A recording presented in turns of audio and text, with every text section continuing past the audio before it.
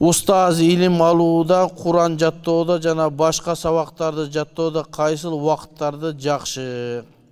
Аллах Таала разы болсун дейт. Илим алууда, жаттоодо бул багымдаттан кийинки убакыт эң жакшы убакыт.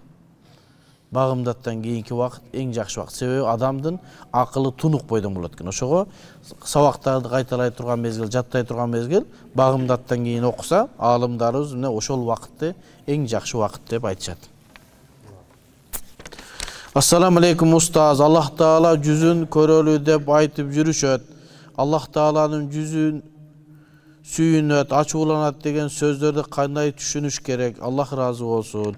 Сиз таксырым суроо берген адам хадис илимине келип, акыйда илимине келип илим алышыңыз керек. Мындай суроолор жалпы берилип аткан жерлерде берилбейт. Мына суроо почерк окшош экен, ушу бир адам эле бергендей, мынучу.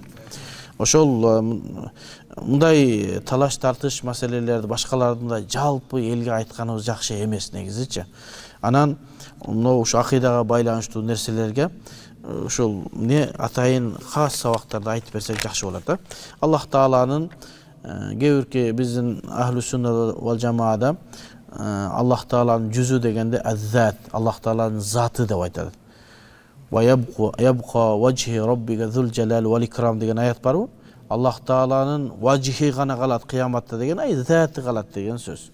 Ал эми Аллах Тааланын ачуусу келет деген Аллах Таала эмне аны азаптайт деген. Аллах Таала ядхаку же болбосо ярда десе, ядхаку деп күлөт десе, аны эмне разы болду деген маанада. Адамдарга түшүнүктүү болуш үчүн пайгамбарыбыз балага илиминде ошентип айтып калган. Арабтарда бул нерсе түшүнүктүү болгону бизге келгенде ошондой бир которгондо туура эмес которулуп калып атат.